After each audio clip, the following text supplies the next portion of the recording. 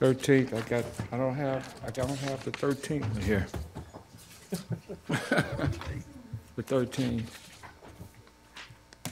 It's got Tuesday the 20th. Yeah. Okay.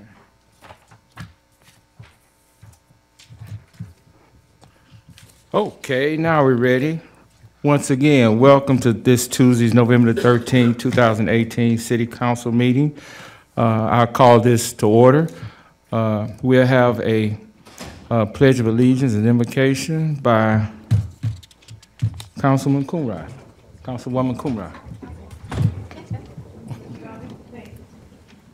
I pledge allegiance to the flag of the United States of America and to the republic for which it stands, one nation, under God, indivisible, with liberty and justice for all. Can I get a motion to approve the minutes? Get a second. I didn't hear a second. Okay. Thank you very much. We have no presentations tonight. We have no ordinances on final reading. Madam Clerk, we will proceed to ordinance on first reading.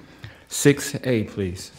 An ordinance amending Chattanooga City Code Part 2, Chapter 10, Section 1033, as to adopt the 2012 edition of the International Energy Conservation Code as amended as the official energy code of the City of Chattanooga.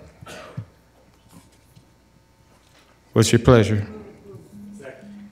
Okay, it's been moved and properly second. All in favor? Aye. Opposes? Thank you very much. B, please.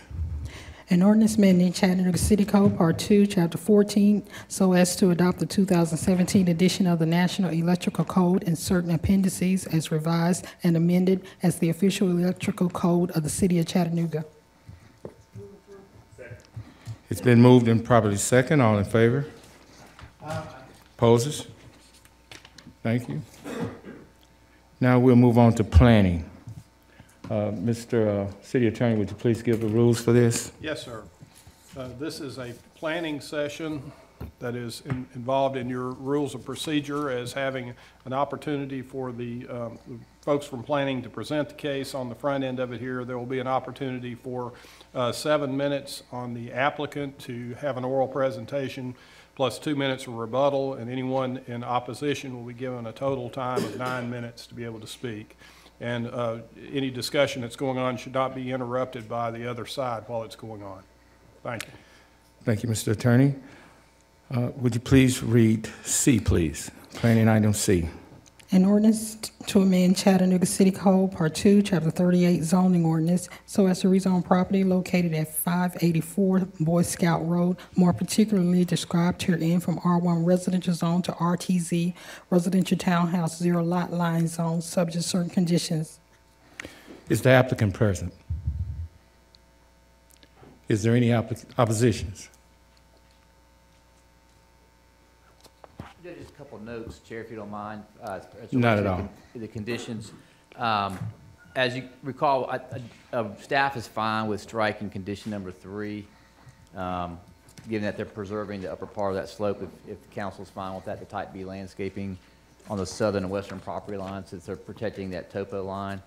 And I think applicant had a suggested change to change that from the 40-foot topo to the 750 topo. So basically it still leaves 20 vertical feet of the remaining on the site that will be protected, but it reduces it by 10. He can explain the need for that, why, if you like. Those are the only 2 modifications to the conditions. Okay.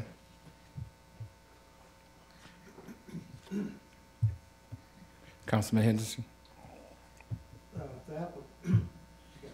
Yeah. Okay. If the applicant want to go ahead and present.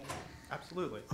Justin Turson with Chasen Engineering, 427 East 5th Street. I had to take a second, sorry. Chattanooga. As John pointed out, we are asking for 2 changes to this. The first is striking of the 3rd condition, which is the type B landscaping along the southern property line. The reasoning for this is that we are actually in the process of purchasing that southern property and connecting our project to that, which is actually one of the things that staff pointed out in their original findings, is that they thought this was a good opportunity to connect our site to that site. We agree with them, and that took about 2 months of negotiations to get to this point. But there is a buffer that's required in type C, in condition 3, and that's why we're asking for that to be stricken. And then the second is, we had talked about a 740 topo line, but the realignment of the road to access that site would require us to change it just a little bit, which forces us back. And that's why we're asking to go from the 740 to the 750 topo line. But those are the only 2 changes, and we've discussed with RPA staff. Thank you. That's it. All right. I have had some opposition to this, and I think with these changes, I probably need a week, maybe a week deferral to look at the proposal changes that you're wanting to make. So, Mr. Chairman, at this time, I would make a motion to defer to the November 20th meeting. Okay, we have a motion on the floor. All in favor? Well, hold on 1 second. Okay, Councilman Mitchell, did you have something you want to say? Yeah, thank you, Mr. Chair. John, I'm trying to remember the drawing you showed us last week, but the property to the south, the property to the south, what is it zoned? To the south, R1. Okay, so it's R1, so if they want to go RTZ, if they do acquire it, we're back in the same situation? Yes. Okay, right. Thank you, Mr. Chair. Okay, thank you. It's been moved and properly second. All in favor? Aye. Opposes? Okay, thank you. D, please. An ordinance to amend Chattanooga City Code, Part 2, Chapter 38 zoning ordinance, so as to rezone part of property located at 6109 Wilder Lane, more particularly described herein from R2 residential zone to C2 convenience commercial zone, subject to certain conditions. Okay, is the applicant here? Yes, sir. Is there any oppositions? Councilman Henderson. Thank you, Mr. Chairman. There you go. I have heard no opposition to this rezoning, so I move for approval. Okay, it's been moved and properly second. All in favor? Opposes? E, please. An ordinance to amend Chattanooga City Code, Part 2, Chapter 38 zoning ordinance, so as to rezone part of property located at 786 Winding Hills Lane, more particularly described herein from R1 residential zone to R2 residential zone, subject to certain conditions. Is the applicant present? Any opposition? What's the, Councilman Ledford? Thank you, Mr. Chair. On behalf of Councilman Smith, I'd like to make a recommendation for approval. Second. It's been moved and properly second. All in favor? Aye. Opposes? Thank you. F, please. An ordinance to amend Chattanooga City Code, Part 2, Chapter 38 zoning ordinance, so as to rezone property located at 6246 Dayton Boulevard, more particularly described herein from C2 convenience commercial zone and R4 special zone to M1 manufacturing zone, subject to certain conditions. Is the applicant present? Any opposition? John? Yes. I could have this PDF opened up, please.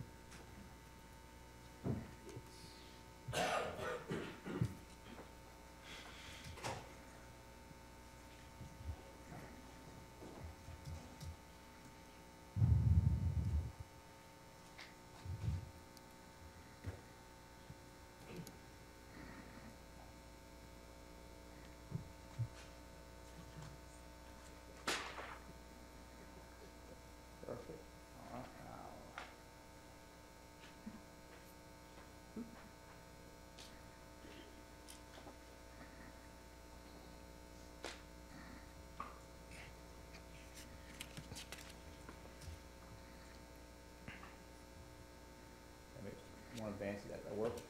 I'll just advance it. Can you hear me? I'll try to speak up loud. Here we are.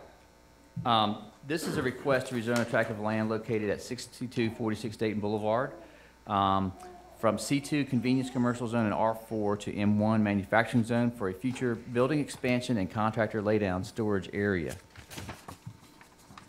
If you're familiar with where Dayton Boulevard intersects with 153, it's near that intersection. The Hamilton County Sheriff's auxiliary is across the street, or main office is across the street from this property. Look at the land uses. There are some there's a neighborhood behind the property to the east. To the north, there's another contractor's office area. You got, if you look at the zoning map, let me jump ahead to that. You can see the area. I'm sorry for jumping around on y'all. It has both C2 and R4 zoning on this property. There is C2 across the street and C2 to the north. Okay. We go to the site plan. The site plan indicates the reuse of the existing building, which is a former athletic club, large building. They would reuse that building and continue to use the parking out front. They would add another building to the north of the property and have the storage in between the two properties. They're proposing to retain a buffer on the rear part of the property where it joins a single-family subdivision to the rear. Going back to the Hickson plan, the Hickson North River Area Plan recommends medium business mix for this location, which again would be more appropriate with your C2 or C5 type zones, not an M1. So staff, and looking at it, we had concerns primarily with the zone. I'm sorry, the reason this is jumping around. But our recommendation is deny because the zone is not consistent with the plan's recommendation. It would establish a precedent for more intensive manufacturing zone in this location. There was opposition at Planning Commission, and they had some similar concerns about the noise and the precedent it would set for the area. So both, or at least staff recommended to deny, Planning Commission recommended to approve with the condition that it be used for a contractor's office and lay down storage area only, and future building expansion related to that contractor's office, and the provision of a 70-foot buffer provided to the rear of the site. So staff recommended to deny. Planning Commission did recommend to approve with two conditions.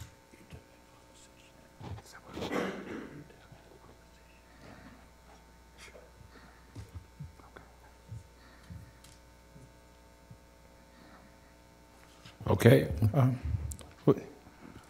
Applicant? Okay, thank you. Mike Price, MAP Engineers. What I'd like to add, if I might, to what John presented is, since we were at Planning Commission, we had a neighborhood meeting. Councilman Henderson was also attending that meeting. Without trying to speak for the neighborhood, because they certainly can speak for themselves, what I would generally characterize, I think my understanding coming out of that meeting is that generally, most individuals were fine with the proposed user. The concern has to do with the M1 zone. They feel that that can be Pandora's box, sort of opening up potential for additional manufacturing to occur up and down Dayton Boulevard, which they don't want to see, and I understand that. So one of the things that we have looked at is a couple things. One is that we would hope, C2 allows you to put a contractor in a C2 zone as long as you don't have more than 5 employees. We think that if council might consider eventually maybe looking towards tweaking the C2 zone and allowing a special permit that would allow larger contractors to go if a special permit in the cases met the merited doing such of a change. So given that, we would look for a deferral for 1 week. I know that, again, this is Councilman Smith's district, as it turns out, I think. And so we think if we could maybe have some discussion maybe of moving towards a C2 zone, special permit, bringing it back before the council, and then not pursuing M1, we think is in everybody's best interest. And I think the neighborhood would far rather see that than going forward in an M1. M1 was just our only option. So that was the only reason we picked that zone. So there's any questions, I'll be happy to answer those. Okay. Would you have some, would the opposition like to speak?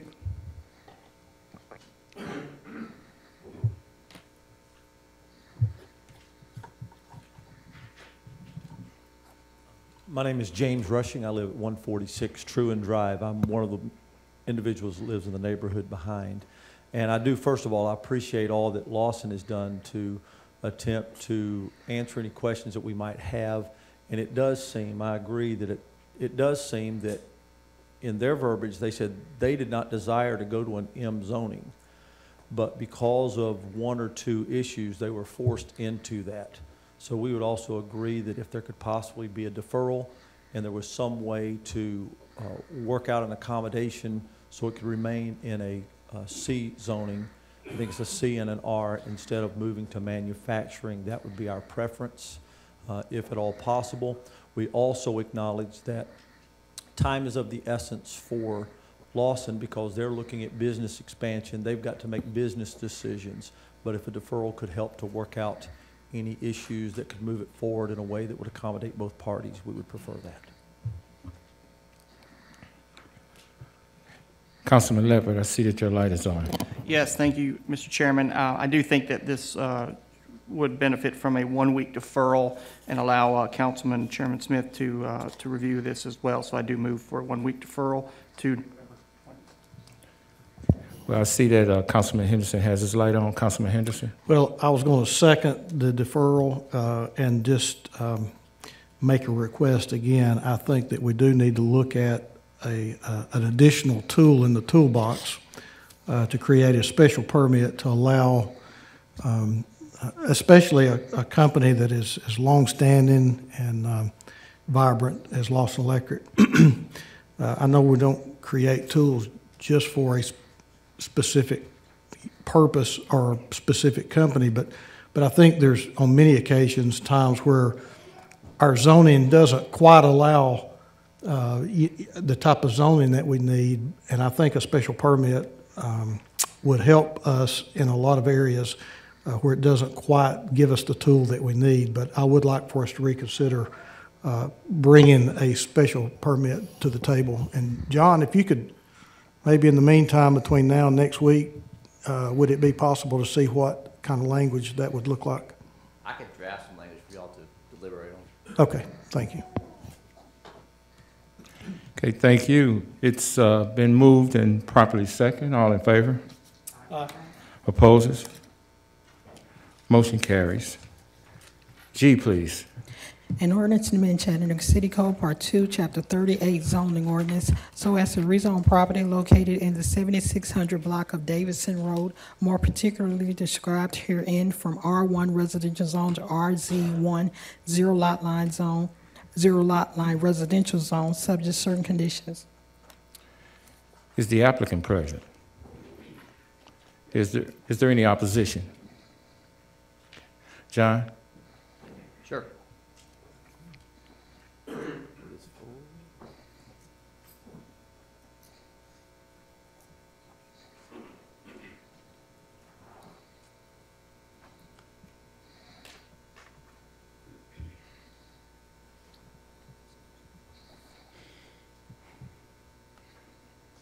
Okay. Get my notes just one second.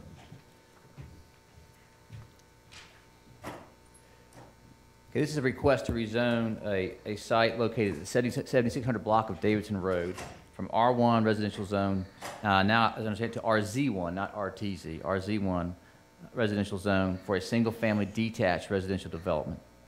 You see the location here of the site, Davidson Road. There is a townhouse development to the east of this property, as well as a utility substation.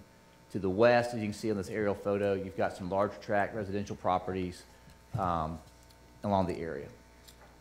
Again, you can see here, this again is more of a zoom in showing you the land use pattern currently in the area. Here is a look into the site and some of the surrounding development. There's Davidson Road. The zoning, as you can see, is either, most of it's predominantly A1 or R1. You do have RTZ, again, abutting this property to the east. And there had been some requests to rezone in the past. As you can see here, the case history showing that we had approved, there was an R4 rezoning request adjacent to this property that was approved. This is, I would say, this is one of the, moving down Davidson Road, this is kind of the beginning of transitioning it to a more intensive zoning category. So currently looking at the comp plan, it's recommended to be level 1 or level 2. That has a lot to do with, again, the road facilities and the flooding. If you look at this map, again, you can see a lot of the areas in the floodplain. This is the applicant's prior site plan. It has been amended based on the conditions that were recommended by Planning Commission. I believe this site plan is the latest that staff have received, showing that, again, the applicant is proposing to protect a large part of the floodplain area and would concentrate most of the development along, within a certain distance from Davidson Road and protecting the rear from development.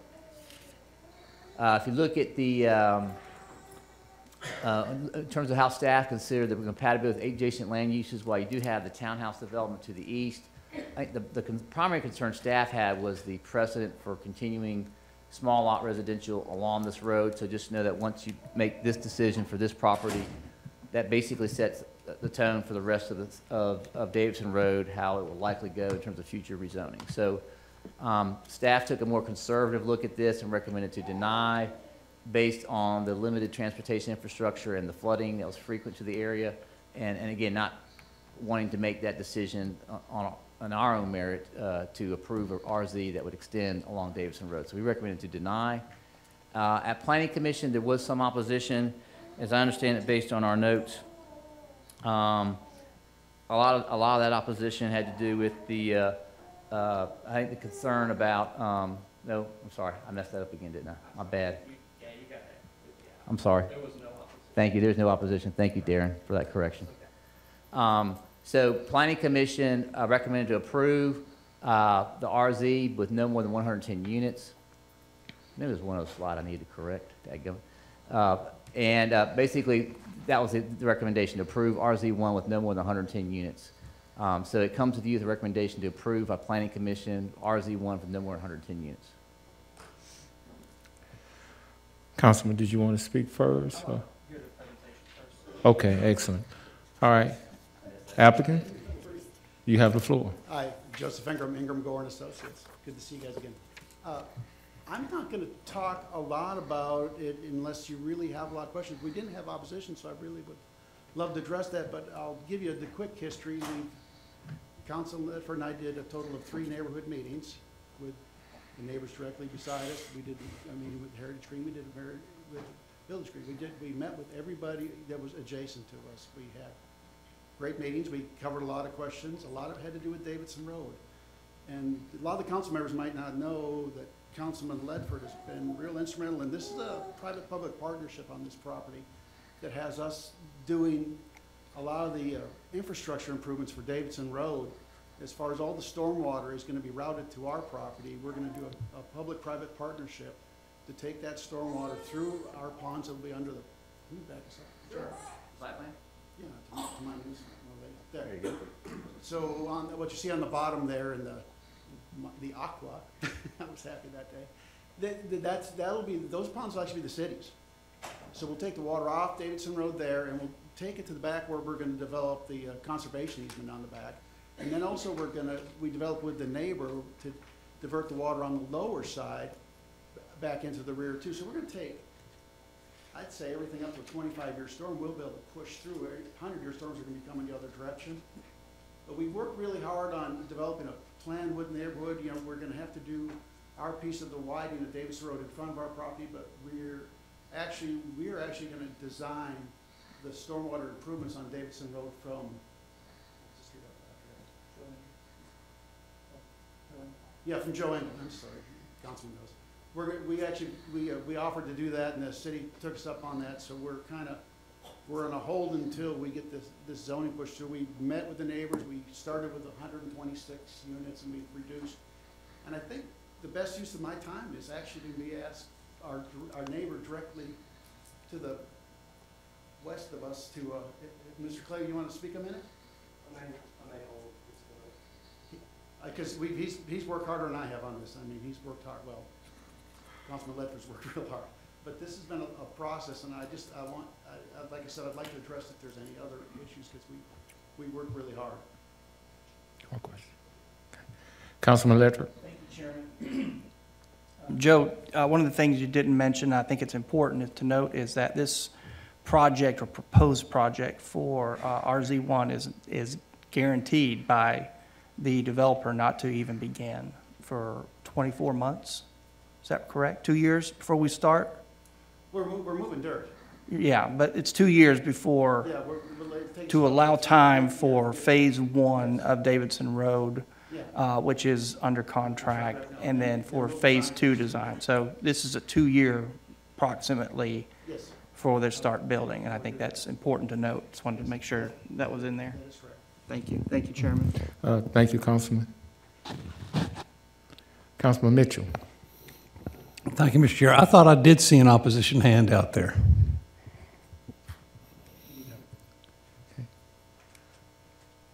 Okay, yeah.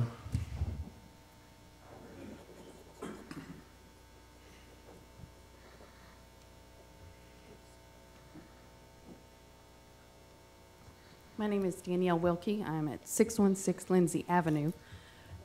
So I'm not directly next to the property. However, I'm in a neighborhood that is affected by it, as we do use Davidson Road as our main access to East Brainerd Road. And I would say that is my greatest concern. And in the article given on when the reference was done to the regional committee, it referenced that something was happening with Davidson, but there were not specifics. If Davidson is being dealt with appropriately, so that we are not patching on patches, and we do not continue to live with one access to East Brainerd Road for Council Fire, Heritage Green, Rosemere, Davidson Place, the Gardens at Callaway, and Lyle's Addition, then that would be something I could be more comfortable with. We live at a corner, and when Davidson is inaccessible, my house is a main thoroughfare. Lyle's Addition has multiple entrances, which makes it very difficult to keep out a lot of excess traffic. That's the nature of our neighborhood because it's an older neighborhood. It doesn't have just one entrance and one exit.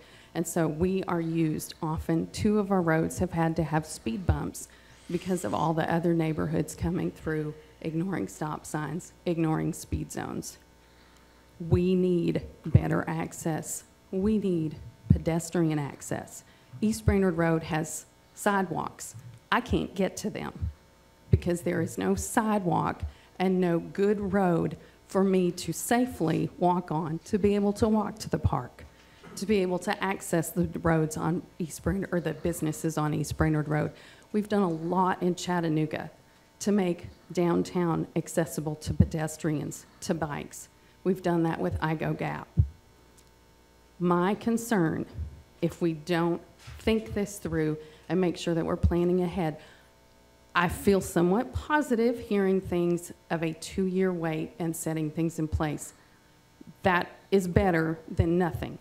But I don't want East Brainerd to just get left behind because it's easier to develop than it is to take the time to do it so that we don't have to come back and add that later.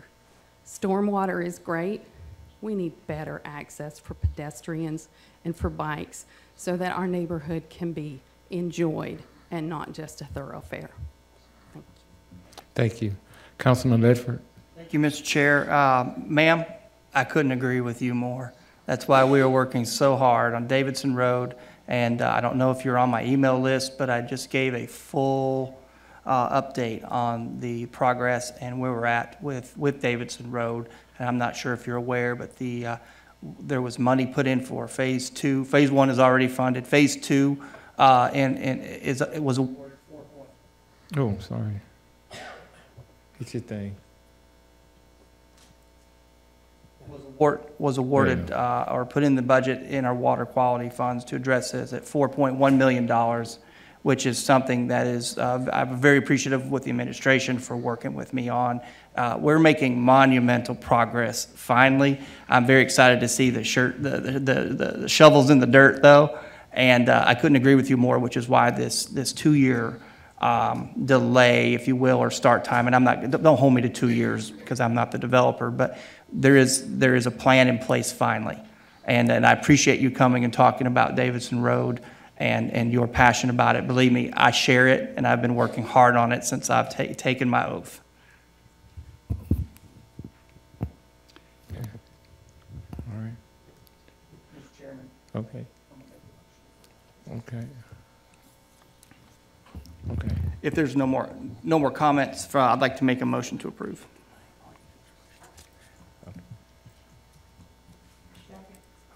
Okay, it's been moved and properly second. All in favor? Aye. Opposes? Motion carries. Okay, H, please. An ordinance to amend Chattanooga City Code, Part 2, Chapter 38 zoning ordinance, so as to rezone part of property located at 6750 Shalaford Road, more particularly described herein from R4 Special Zone to C5 Neighborhood Commercial Zone, subject to certain conditions. Is the applicant here? Is there opposition?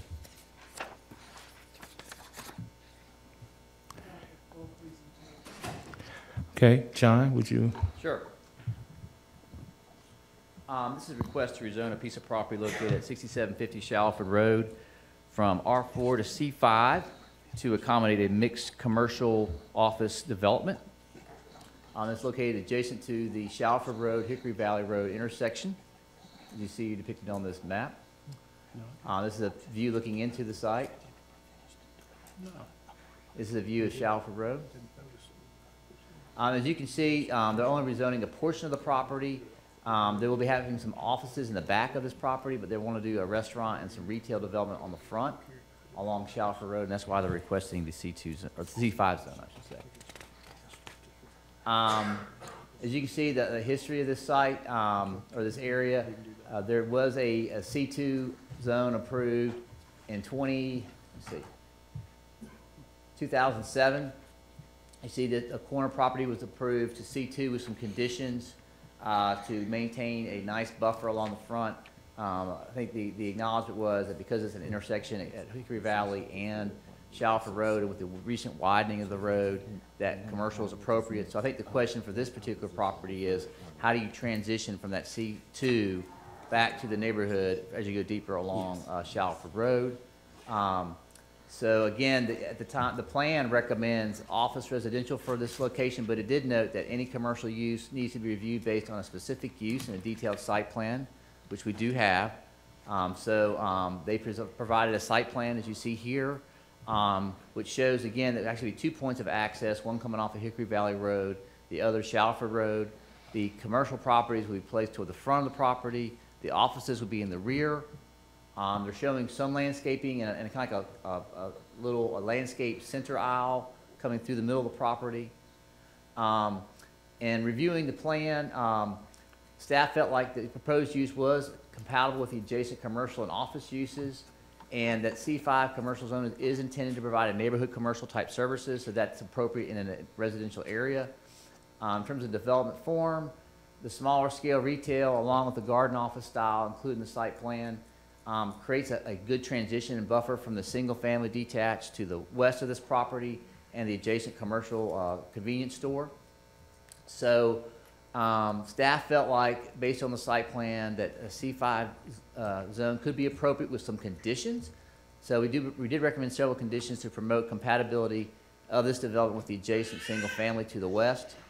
And that was to limit the building height to 2.5 stories or 35 feet, providing a landscape buffer of 25 feet along the frontage of Shalford Road, which would be similar to what was provided with the convenience store next door, and parking located to the side or rear of the buildings fronting Shalford Road. At Planning Commission, there was not any opposition. Planning Commission, after hearing staff's comments and the comments from the applicant, recommended approval but took out those 2 prior conditions recommended by staff, with only the condition limiting height. I did want to note that I did reach out to the applicant after request from council to see how they might work with do something better or with the buffer in the front. What the applicant shared with me was that based on, if you look at the site plan, let me go back to the site plan. The depth, if they go the full 25 or 30 feet, they would lose the full, basically the full aisle of parking, which would throw the parking ratios off for the site. So they had some concerns in terms of losing an entire row of parking in the front.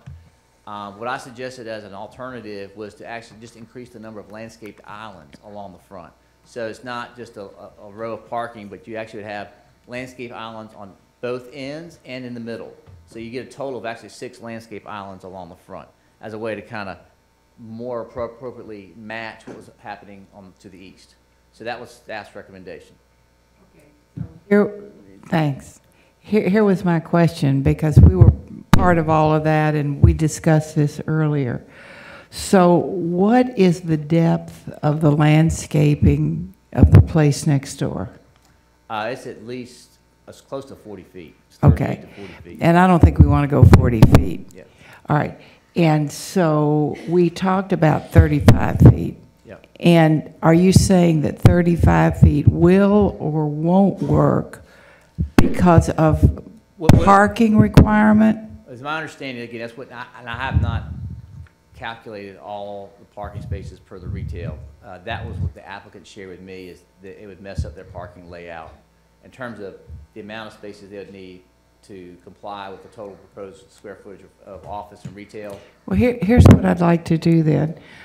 Because this is going to be a bellwether for Shallowford Road going all the way down that way, I think 45 feet is too much.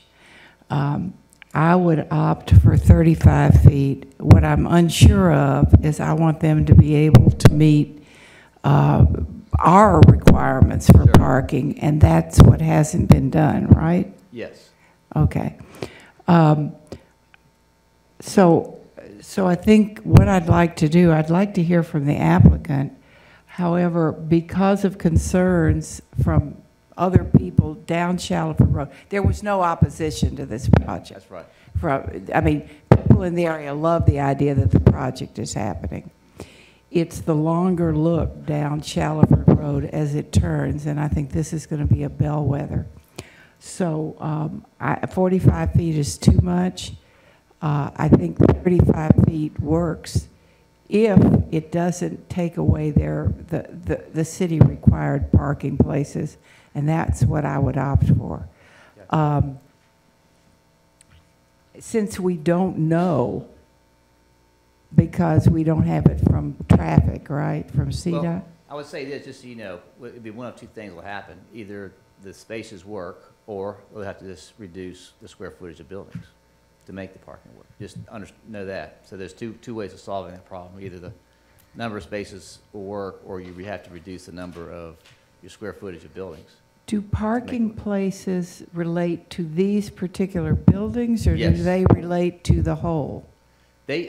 Because they're building a whole. Right. So you would total the square footage, I would assume. LD is.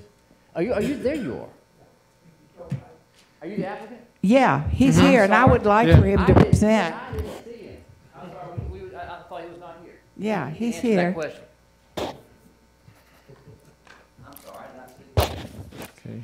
And I apologize. I tried to meet with you, but you could only meet on Tuesday night, and that's when we have council. So we're meeting now.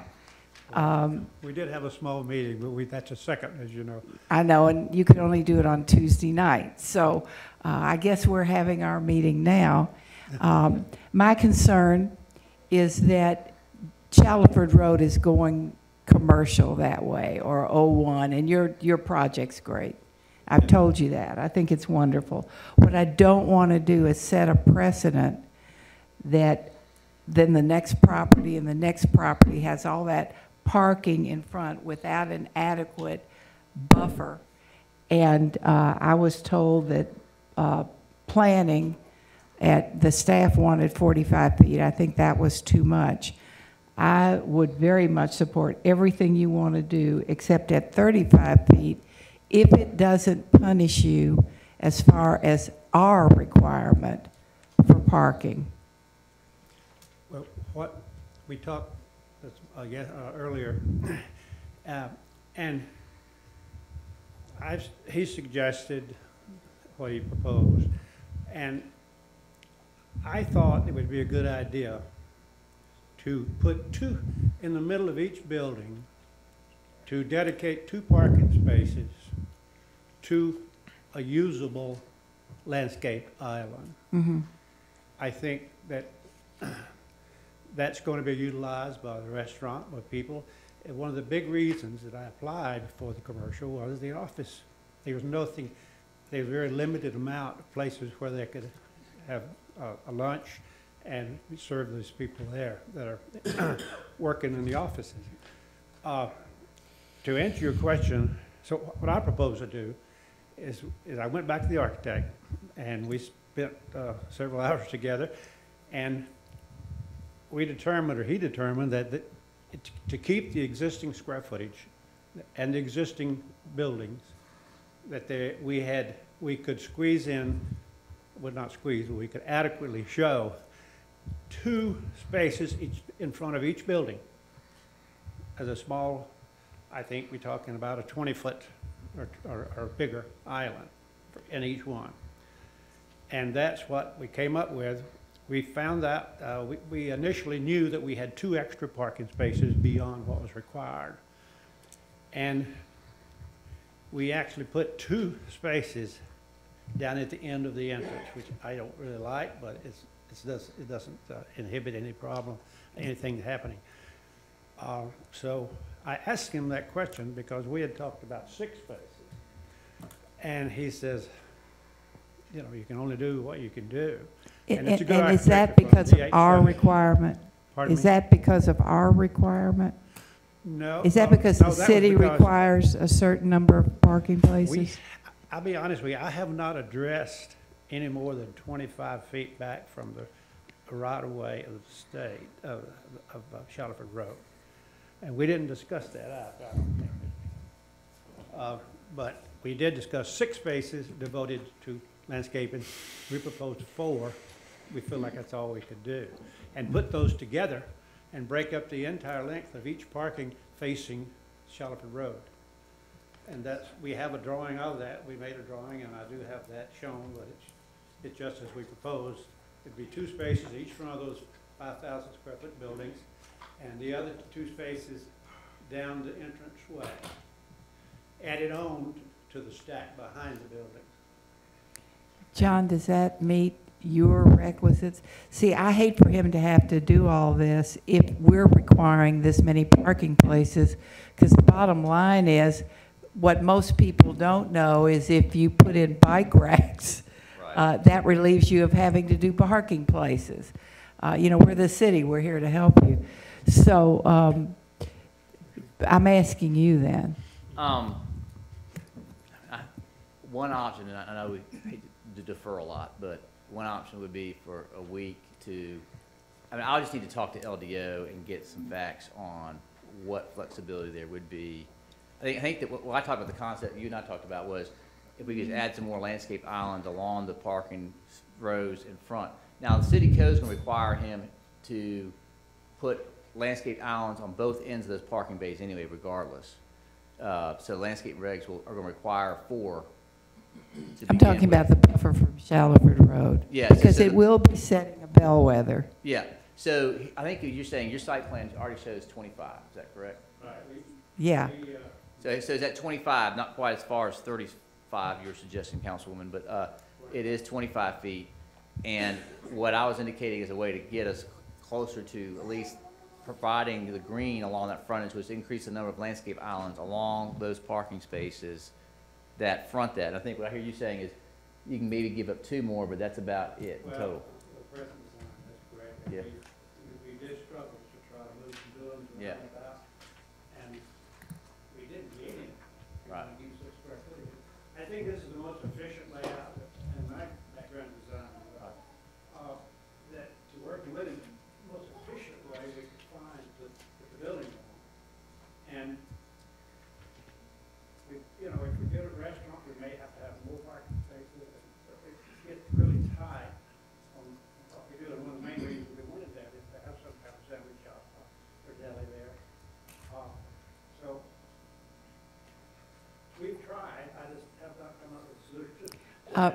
John, does this meet your requisites?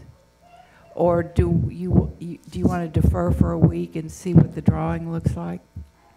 It might be worth, just because I would like to see if we have, there might be some additional discounts that you can get. That would be great, at least talk to CDOT to see with the bike racks, you might get some discount. The answer may be no. I think it's worth a week to find out. Okay. Then I move we defer for a week, Mr. Chair. Yeah. There is one place we can move some. As you look at the sidewalk from the building, the office building, we can move them back 5 feet and move them against the building and let the curb be the end of the park. Okay. I'm not crazy about that. I like the landscaping there. Second, each building. Okay. All right. Okay, we have a motion on the floor and a second. All in favor? Aye. Opposes? Motion carries. Aye, please. An ordinance to amend Chattanooga City Code, Part 2, Chapter 38 zoning ordinance, so as to rezone part of property located at 315 Walnut Street, more particularly described herein from DRM4 Downtown Residential Multi-Unit 4 stories maximum height zone to DCX 6 Downtown Commercial Mixed Use 6 stories maximum height zone. Is the applicant here? Is there any opposition? Okay.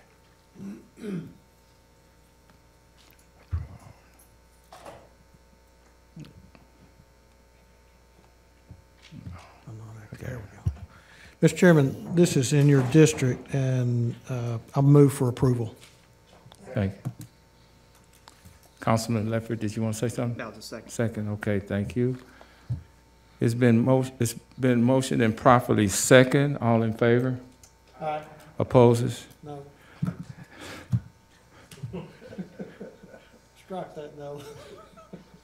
Strike, please strike it. All right, motion carries. Thank you very much. Madam Clerk, J, please.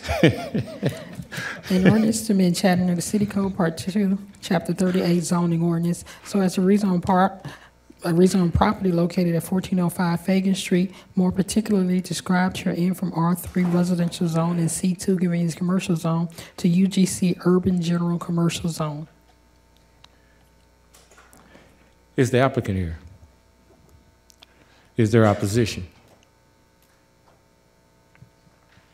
Councilman Byrd, this is in your district. What is your pleasure? Can I get a quick overview of this, Mike, please? Oh, excuse me, okay. All right, gotcha. Sorry, I jumped one case. Okay. It's not my case. Okay, well, okay, hit the button, hit your button. No. Hit the speak, yeah, okay. All right. Yes, John, could you give me a quick, Probably this site plan helps explain it the most. Most of the property, you can see the site plan here. If you look at the zone, they just have this one piece of the zone it's zoned R3, and they just need the whole site to be UGC to accommodate that site plan. So basically they're proposing, you see attached units, townhouses on this property. And so the rest of the site is already zoned UGC, so this would be just an extension of that zone. There was no opposition. gotcha, and I haven't received anything, so on that, thank you, sir. I move to approve. It's been moved and properly second. All in favor? Aye. Opposes? Motion's carried. K, please. An ordinance to amend Chattanooga City Code, Part 2, Chapter 38 zoning ordinance, so as to rezone part of property located at 2208 Glass Street, more particularly described herein from C2 Convenience Commercial Zone to UGC Urban General Commercial Zone. Is the applicant present? Is there any opposition? Councilwoman Coonrod? Wait a minute, hold on. Hit your button. Thank you, Chair. I'd like a full presentation. Yes, ma'am. Thank you. Glad to. I got it. This is a request to rezone a portion of a lot from C2 Convenience Commercial Zone to UGC General Commercial Zone for a residential apartment development.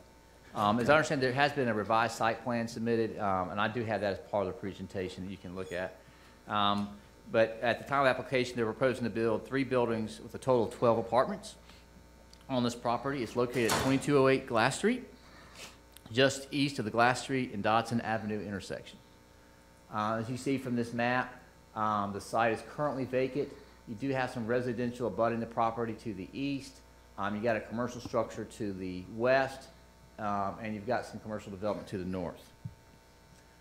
Here you see the site, looking across Glass Street into the site. The zoning, again, it's currently zoned C2, so it's already zoned commercial. But it's zoned for C2, which again, as we all know, is more of a suburban type zone. You have deeper setbacks, does not regulate location of parking. It's intended more for your strip commercial type development. You see that adjacent to the site, there's C2 to the north and west.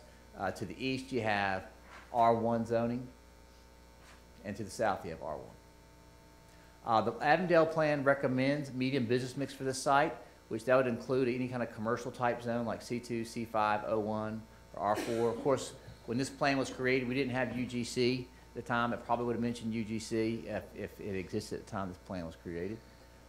This is the original site plan that was submitted showing the 4 apartment structures with a curb cut coming off, I gotta get that road right, coming off of Cheek Street. Is that right, or Cheek Street? Cheek Street. And parking up front after, as I said, they met with the community, came with a revised site plan. Again, I do want to emphasize that this site plan is not a part of the ordinance. It's just kind of the concept that the applicant's proposing. The actual regulations in the UGC will really govern how the site is developed. So what they're showing on this revised concept plan is they repositioned the apartment buildings to the southern portion of the property fronting Cheek, and it looks like they're proposing 2 commercial buildings that would front directly on Glass Street, is my understanding. So again, staff recommended approval because staff felt it was supported by the plan. It was compatible with adjacent uses, and actually more appropriate commercial zone than C2 in terms of the urban redevelopment vision for this location. As I understand it, there was opposition, and I think at the time, and as I understand it, the concern was, maybe wanting more commercial, not necessarily additional housing. That was expressed at the Planning Commission meeting. But PC, after hearing from the opposition, the staff, and the applicant, recommended to basically concur with staff's recommendation to approve. So it comes with you with the recommendation to approve from staff and Planning Commission. Thank you. I want to thank the Adamsons for coming into District 9, the East Chattanooga area in particular, to develop housing. Housing has been at the top of the list for my district, so I'm greatly appreciative that you decided to invest in District 9. And with that being said, I move to approve. Okay, it's been moved and properly second. All in favor? Aye. Opposes? Motion carries. Now we'll move on to resolutions. Madam Clerk, 7A, please. A resolution authorizing the appointment of Captain Robert Thompson as a special police officer unarmed for the fire department to do special duty as prescribed herein, subject to certain conditions. Councilman Ledford. Thank you, Chairman. Actually, my curiosity has me asking, Chief, do you want to send someone down and tell us? That'd be great. I was just interested in the special duty.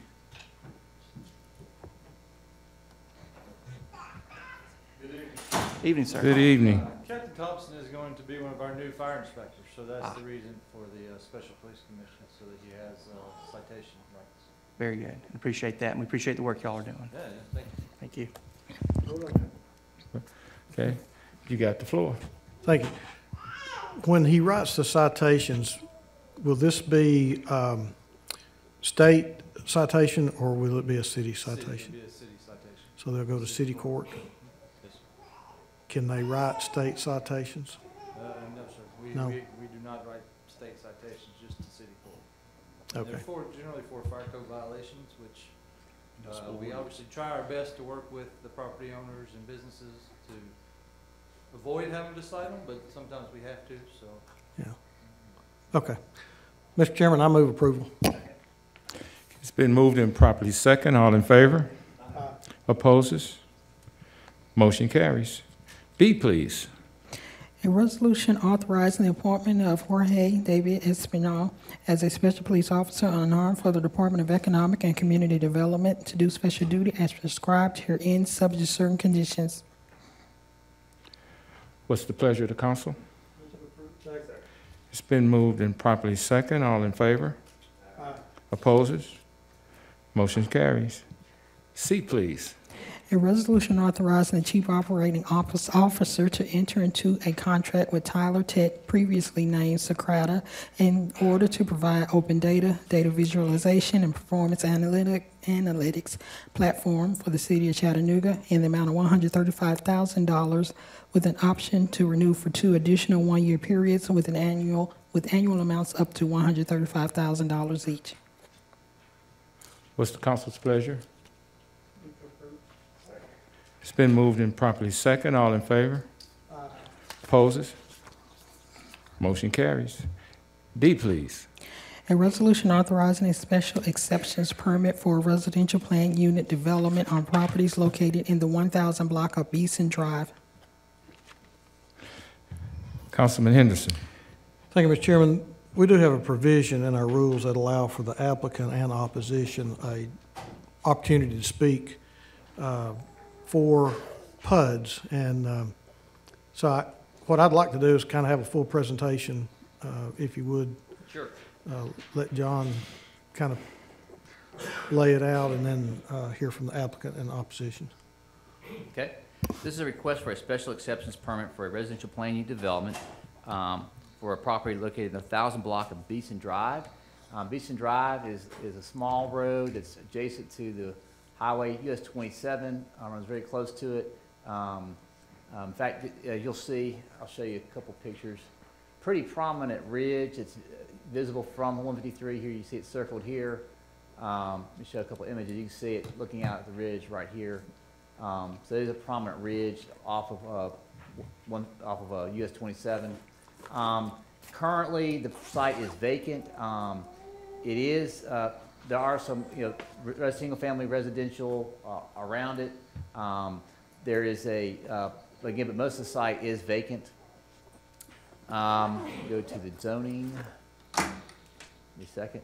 The entire property is zoned R2. I think it's important to note it's currently zoned R2. And we recently approved an RTZ request just to the south of this property to rezone RTZ for a small townhouse development. Let me go to the site plan. Here you see the site plan. The site plan indicates, again, a access point coming off of Beeson Drive. We'll go up to the top of the ridge crest and then run down either side with a small lot detached residential being proposed. Based on this submitted site design, they're proposing a total of 52 residential lots for an overall density of 4.4 units an acre.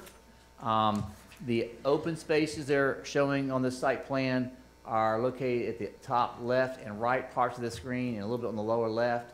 Some of those areas, the ones to the, as I understand, to the upper left and lower left will be your primary detention areas.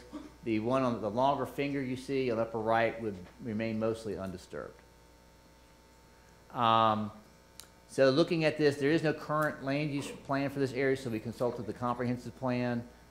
It shows it both as level 1 and level 5. That's both extremes. And that's because the site is right adjacent to the US 27 corridor. That's probably why it picked up the level 5. It's also shown as level 1 because it does have some steep slopes, although most of those slopes, I don't know if I have, let's see if I got a topo map here, I don't. Most of those slopes, let me go back to the aerial. On that, here, let's see, closer. Most of the slopes are on the back side of the property where it comes off, I think it's Pineville Road, is that right? Yeah, Pineville Road.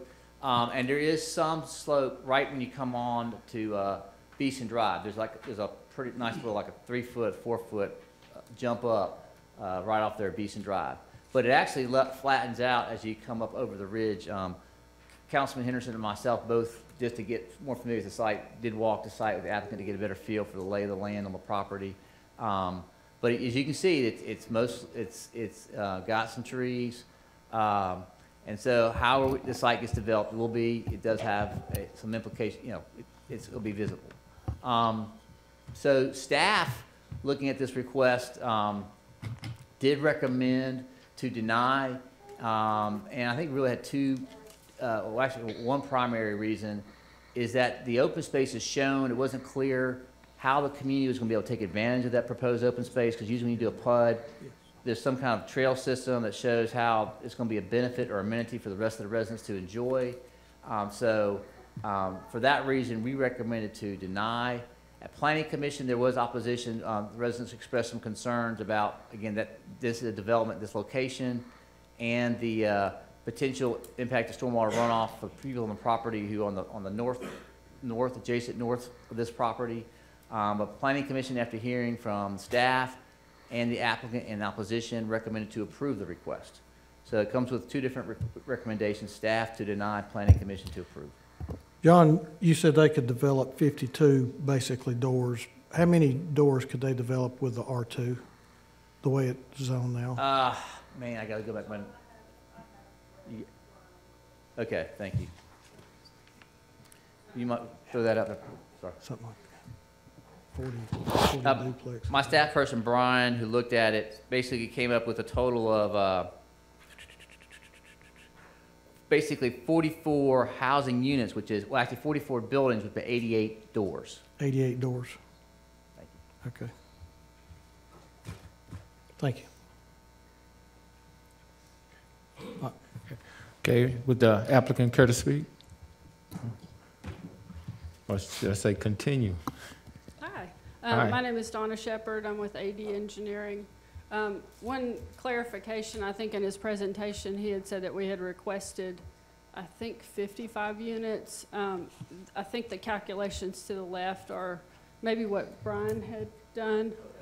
And actually, I think we're requesting 61 units. We have been to the site multiple times with Councilman Henderson. We did go out there with John Bridger.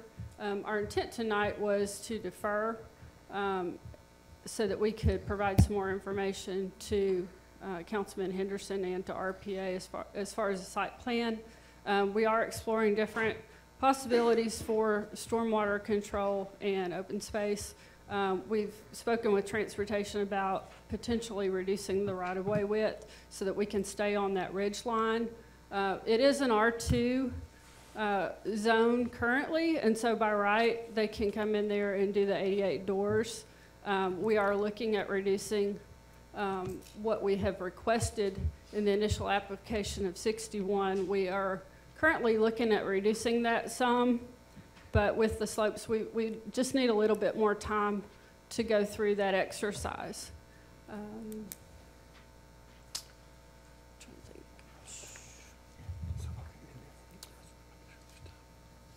I'll be open to answer any questions that you might have regarding the development. Like I said, it is an R2 development. We are going to improve Beeson Drive as part of, we've already had a pre-submittal meeting with the Land Development Office, and one of the requests would be to improve Beeson Drive. Currently, it's narrow. There's not good fire access for the existing houses that are up there. It would be 2 full cul-de-sacs where the fire would be able to turn around and provide better service to that area. There's a couple of houses across the street that should be condemned, that are owned by the applicant. They've had to tear one down, and then there was another one that was extremely vandalized. There's a lot of unsavory things that were going on at that house, and so they've had to put surveillance out there. So what they're looking to do is improve the community up there and reduce what could be done by right for an R2. So the primary reason for the PUD application is to do a reduction in the front yard setback. Currently under the R2, we would be required to have a 25-foot front yard setback. And so what we would like to do is try to reduce the right-of-way, try to reduce the front yard setback so that we can minimize the impact of the development and keep it closer into the top of the ridge line. So, Would the opposition like to speak?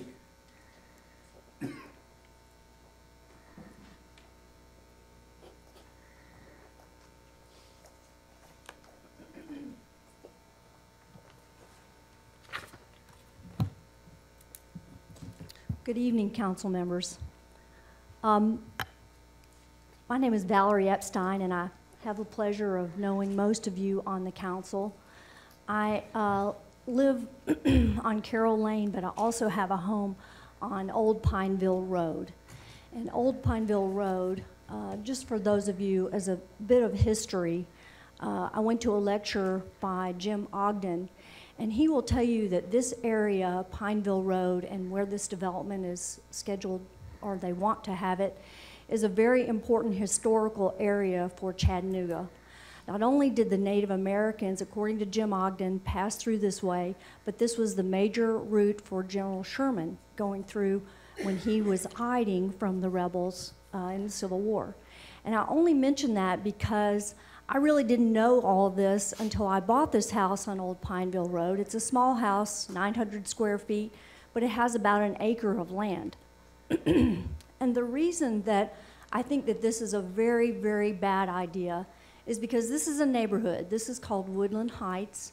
These individuals are very proud of their neighborhood, and they see a lot of problems, as do I. I would say to you that the principal problem and why this petition should be really withdrawn is that this ridge provides a buffer from all of the noise from the freeway. And I can tell you from having been over there, there are a lot of animals. There are bobcats, there are woodchucks, and there are a lot of people. There are 97 homes that will be impacted that are almost directly adjacent to this area. And the character of this neighborhood is such that it has a very low density. I think if you noticed, not only did the city staff not recommend that this go forward, but they put in there what the density was, and they noted, I think, that it was 2.3. So they're small houses, but they have big lots, some between an acre and 2 acres. And I know all of you have received, I sent you all some emails on these various things. But I think the density is one huge impact that would be totally out of character with this neighborhood to put 61 PUDs on basically 3.6 acres with 10 feet between them. The other issues that come along with that are drainage. And I can tell you on Pineville Road, where Mr. Wise was allowed to build a number of apartments above the Pineville Road individual homes, we all have serious water problems. I mean, you cannot get around almost just a river of water flowing down from these steep slopes, which is why I think that in September of 2018 there was a steep slope study done to try to prevent development along these steep slopes. And according to the city staff, between 15% to 40% of this site contains steep slopes. And they have mentioned some of the other things that I think are reasons not to do this, and I don't want to take up all the time because some of the other neighbors are here, but I think that you should consider the density, the lack of the character in the neighborhood, the steep slopes, the fact that the roads, even on Pineville Road, are horrible. They're small. You can't get fire trucks and adequate turnaround for this neighborhood. That the drainage, and I know one of the neighbors will speak to that, the drainage would be very, very difficult because there are train tracks, and he'll show you some pictures of how the drainage would be almost just impossible. So I believe that this is a neighborhood that deserves protecting, kind of like where the Stringer Ridge Park is, and that area. These are similar homes, but they actually have bigger lots, and I'd recommend that the council recommend a conservation easement, and that's actually what was put in one of the proposals for the, by your staff, by the city staff, as a conservation easement. And that's what we would recommend, not only to protect the historical site, but the animals there, and to give these neighbors a buffer against the freeway. Thank you so much.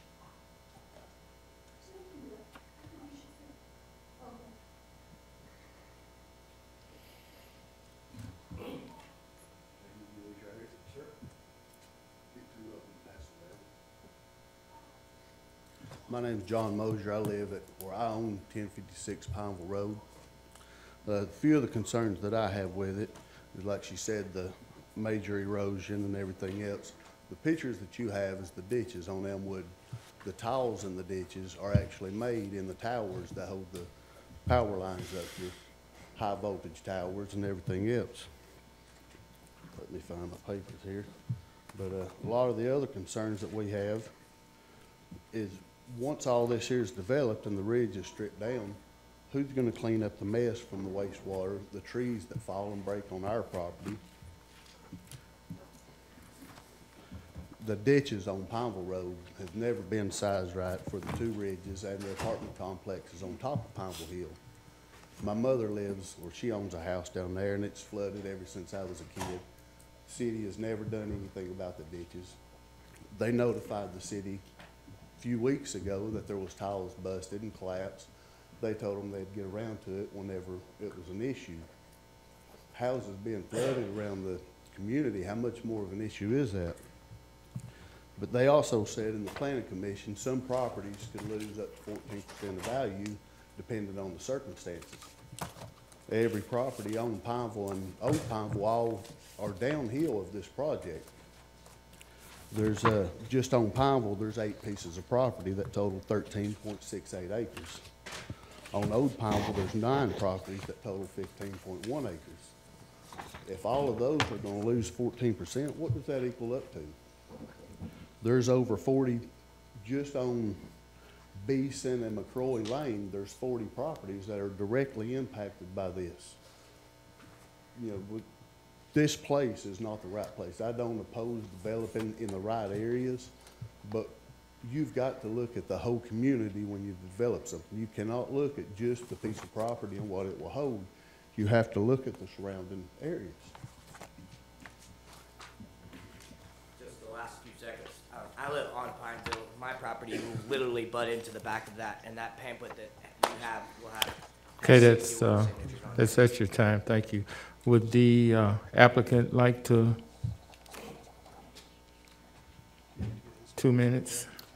What I'd like to say in my rebuttal is that this is an R2 property that can be developed. The PUD regulations right now are currently, RPA is looking to revise those. The only zoning tool that we have for development, other than going to the Board of Zoning Appeals and getting a variance for every single parcel, is to do a PUD. So it's a variance for all of the parcels across there. By right, they can develop 88 doors. We're asking for a reduction, and the primary reason for the PUD is to reduce that setback and get a variance on that. So I would like to request, if it pleases the council, to defer for another 30 days so that we can work through some stuff with Councilman Henderson. And we would like to set up a community meeting and further explore this and pursue the PUD option so that we can try to reduce the impact of the development on the ridge line. Councilwoman Burrs, would you like to speak? I just have one question. John? And these were eloquent presentations. However, these people have the right now to develop without ever coming before That's council. correct. So an R2, yes. Okay, thanks.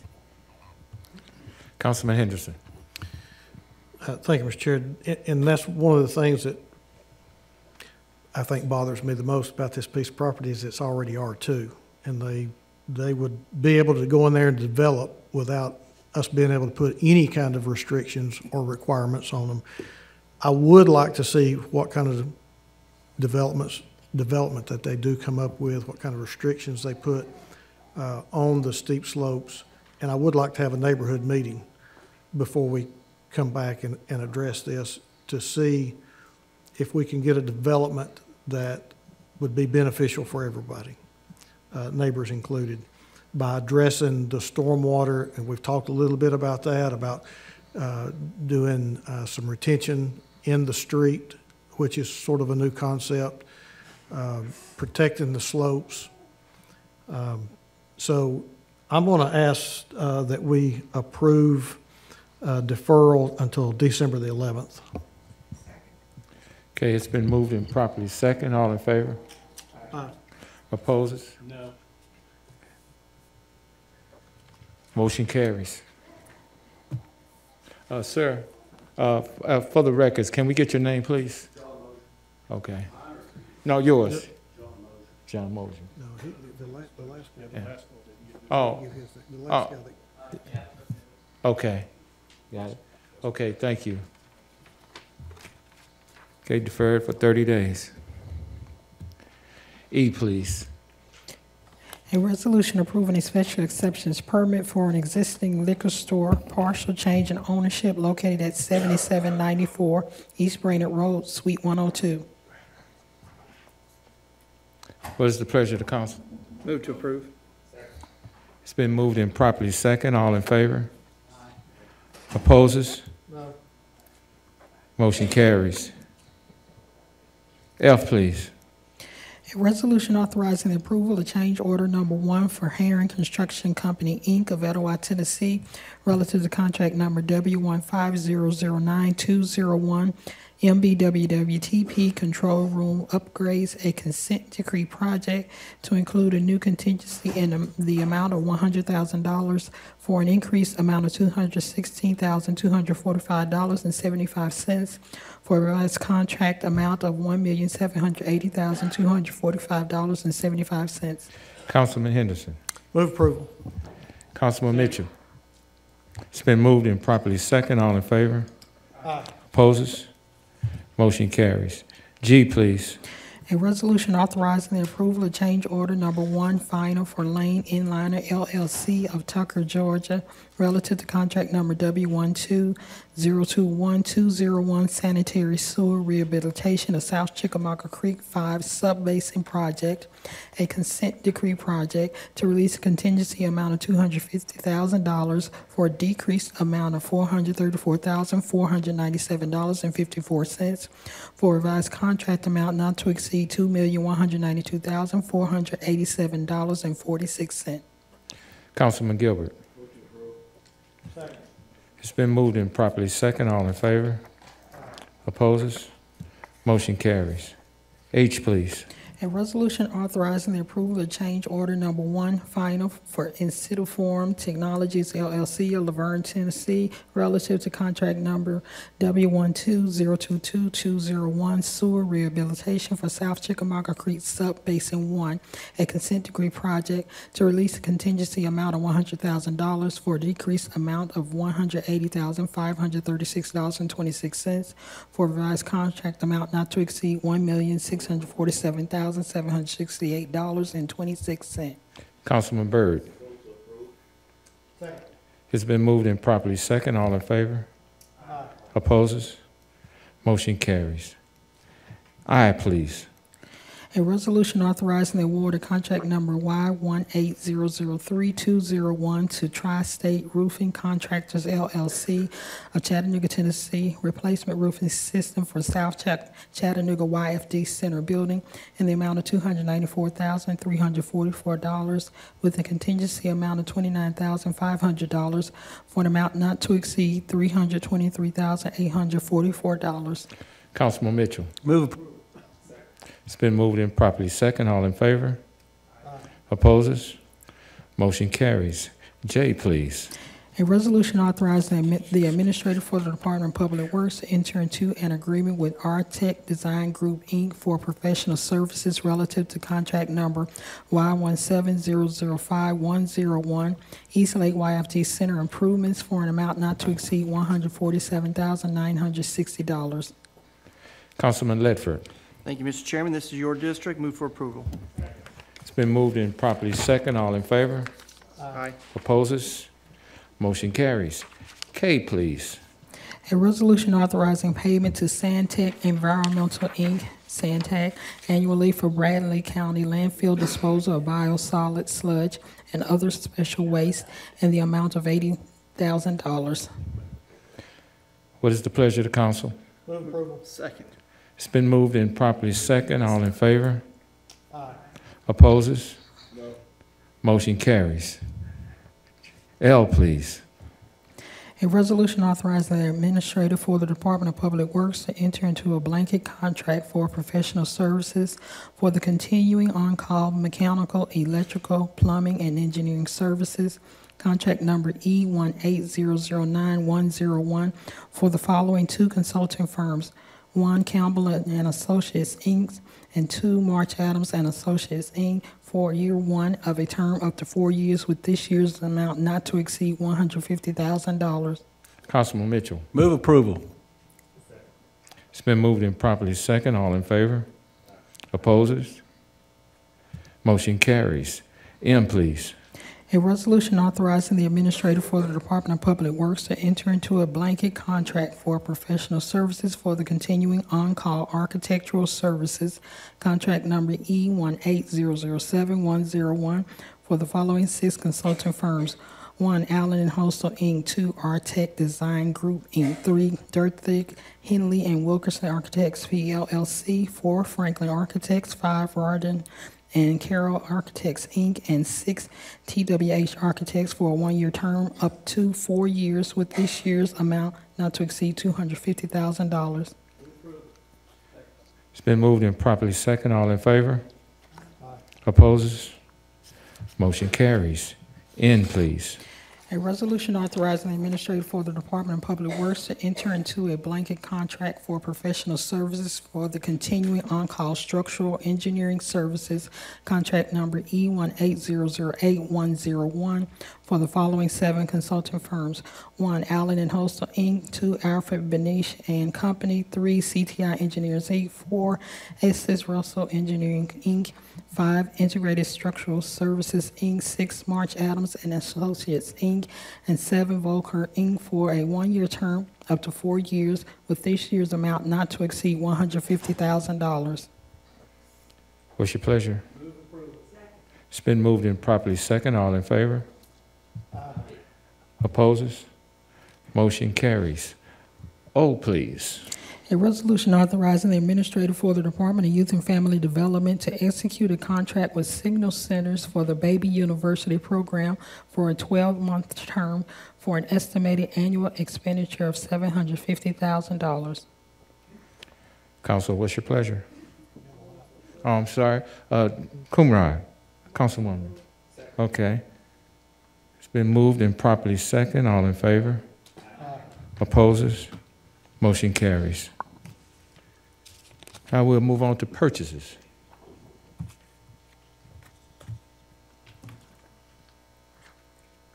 Good evening. We have 4 purchases for your review tonight, the first 3 being on behalf of the Public Works Department. First being a new blanket contract for baseball field renovations to be awarded to River City Athletic Fields, the estimated annual amount of $115,000. Second, a new blanket contract for odor control filter media service to be awarded to Prominent Systems, Inc., an estimated annual amount of $450,000. Third, a blanket contract renewal for Hearst Jaws of Life OEM parts and maintenance to be awarded to Municipal Emergency Services in an estimated annual amount of $64,000. And finally, on behalf of the Chattanooga Fire Department, we have the purchase of custom pumper fire apparatus to be awarded to Spartan Motors USA in the amount of $511,927. Councilman Henderson. Chief, is this a new truck? Yes, sir. Cool. Mr. Chairman, I move approval. It's been moved and properly second. All in favor? Aye. Opposes? Motion carries. Other business? Is there any other business? Okay. Chair, we do have the certificate of compliance. Okay, well, we got some lights. Councilwoman Coonrod. Thank you, Chair. So it's that time of year again for BFO 2020, and the community always state that they want to have their input in this process. So on tomorrow for District 7, 8, and 9, we're going to have our first session at 418 Oak Street. So that's at the first centenary. So, and it begins at 5:30 to 7. So if you live in either of these districts, 7, 8, and 9, please place it on your calendar for attendance at this meeting to make sure that your voices are heard during this process. Thank you. Thank you. Councilman Gilbert. Yes, Rock the Block is giving away gloves, hats, or we're trying to collect gloves, hats, socks, blankets, and scarves for the homeless.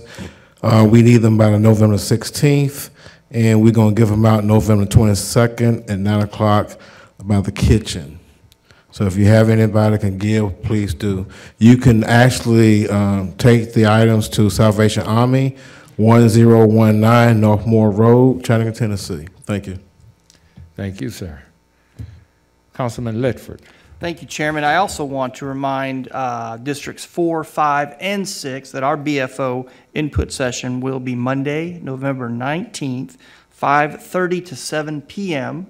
Of course, that will be at the Family Justice Center, and that's located at 5705 Uptain Road in the Eastgate Shopping Center. Thank you. Thank you. No other lights? Mr. City Attorney?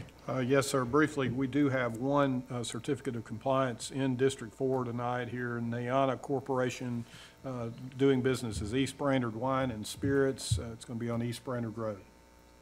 Okay. Excellent. Now it's time for committee reports. Yes, sir. Councilman Mitchell. Thank you, Mr. Chair.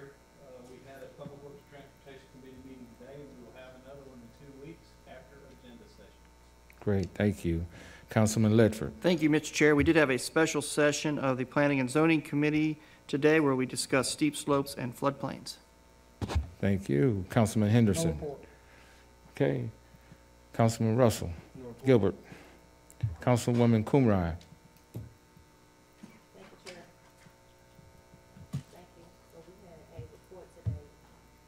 Development on Baby U. It's now expanded to all the districts here on council. And so we're just looking forward to the continued great work that they're doing in the community. Thank you, Councilwoman. Councilman Byrd. No report. Councilwoman Byrd. Yes, sir, as you heard. Get your button. No, she don't. She hit your button. As you heard, the BFO process is in full gear, getting ready for next year's budget. And we're having community input meetings across the community, and my colleagues have announced them. Thank you. Thank you, Councilwoman. Now it's time for recognitions of persons wishing to address this council on non-agenda items. Mr. Attorney, would you please read the rules? Yes, sir. The council has adopted rules of procedure here for handling matters for members of the public on non-agenda matters. Each person wanting to speak can only be recognized at the microphone up front, can only address the council upon matters within their legislative and judicial authority, and you're limited to 5 minutes unless permission for additional time is provided. Can't use vulgar, obscene language, can't personally attack or personally denigrate others, and you're prohibited from speaking more than 2 times in a 30-day time period. The list of speakers this evening, Mr. Harris, Mr. Dahl, and Ms. Bott have spoken twice within the last 30 days. Thank you. Is there anybody that wishes to address the council? Thank you. Mike Price, MAP Engineers. As you know, the council is presently considering the steep slopes and the floodplain issue. There's a couple things I'd like to point out as you go through this process, if I might. In my experience over the years as serving as an expert in many lawsuits, I can tell you that there's basically 1 of 4 reasons why you have an issue of a steep slope or in a floodplain. Either 1, you have existing infrastructure that is not adequate to support the new development. B, the engineer messed up in his design. C, the contractor didn't implement the necessary erosion control measures. Or 4, it was an act of God. Now, that's the only 4 reasons that you have issues as it relates to typical erosion control or flooding issues. One of those 4, it's going to fall in one of those 4 categories every single time. That's been my experience over the years. So as it relates to what's being considered now by the council, I think that you've got on the table several different ideas, but I don't know that it's necessarily based in science. What do I mean by that? So someone has picked 50% of the floodplain, that's the max to be filled. What is that based on? What science is behind that? I know that you're picking maybe or considering what are from other cities, but they probably picked it from somebody else who picked it from somebody else, and they chose 50%. Why? Is it just a compromise round number? Why didn't you pick 42.6312%? Because that's a harder number. So as you're considering this going forward, I would ask that you would consider what are the unintended consequences. One of my favorite phrases that Councilwoman Burrs uses all the time. So let me give you a couple of examples. If you look at Amberley Ridge in your district, Councilman Ledford. Oh, is it? No, oh, excuse me. It used to be in your district. I guess it's now, both of these are now going to be in your district, Ms. Burrs. So Amberley Ridge development, you could not develop because that particular apartment development would have exceeded the steep slope requirements. If you look at the apartments there on McCutcheon Road, same thing. That's in a floodplain. It exceeded 50%. You couldn't develop that. To my knowledge, neither of those You're out of order, sir, please. Thank you. I'm sorry. That's okay. Thank you. To my knowledge, neither one of those developments, when they were constructed on a steep slope or a floodplain, caused any problems to their neighbors. Neither one. And yet, this particular ordinance, as it's considered, would have stopped both of those. I heard John in the presentation mention that 83% of all zoning cases fell into one of these 2 categories. My question is this then. If you passed this ordinance as presently considered, what would have been the impact on those 83% of those zoning cases? Would it have stopped them? I don't know. I don't know that answer. So all I would ask that the council consider is this. As you move forward in looking at these new regulations, whatever it may be, you need to consider what are those impacts. And I think right now what I see is there's something on the table. Maybe it sounds good. Maybe it is effective. Maybe it's not. But right now, as I see it, I don't know that this is going to address the issues. Go back to the first 4 things that I mentioned. It's going to fall in one of those 4 categories. I don't see that this necessarily addresses any of those. So I implore you to look. And one of the things I've always appreciated about this council is you're very pragmatic and in terms of how you make your decisions. So I would just ask that that would be something else that is not rushed into and that you're pragmatic in how you go about trying to make the right decision for the city as it relates to these 2 particular issues in floodplains and on steep slopes. And I just appreciate the time to be able to offer those comments. Thank you. Thank you. Is there anyone else that wishes to address the council?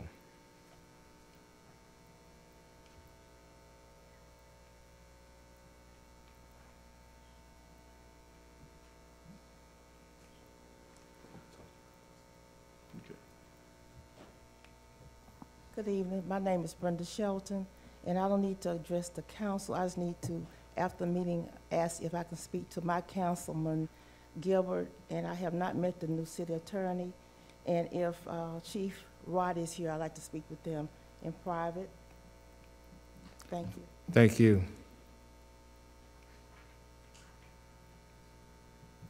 Is there anyone else that would like to speak to council tonight? Can I get a motion to adjourn? Thank you. We are adjourned.